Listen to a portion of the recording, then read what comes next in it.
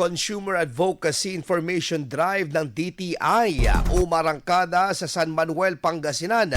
Para sa detalye kasama natin, Idol Juana De Vera. 104.7 IFM.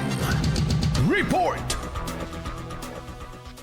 Umarangkada ang Consumer Advocacy Information Drive ng Department of Trade and Industry Pangasinan upang palakasin ang kaalaman ng mga mamimili hinggil sa kanilang mga karapatan at tungkulin. Sa pamamagitan ng Consumer Protection Division, ibinahagi ng ahensya ang mahalagang impormasyon para mas maging mapanuri at maalam ang mga consumer sa kanilang desisyon bilang mamimili. Tinatayang nasa 105 na consumer ang nakinabang sa naturang aktibidad kung saan namahagi rin ng DTI ng information flyers. Bukod dito, sinagot at ipinaliwanag ng mga tagapagsalita ng DTI ang mga katanungan at concern ng mga kalahok upang mas maunawaan ang mga umiiral na batas at polisiya para sa kanilang proteksyon.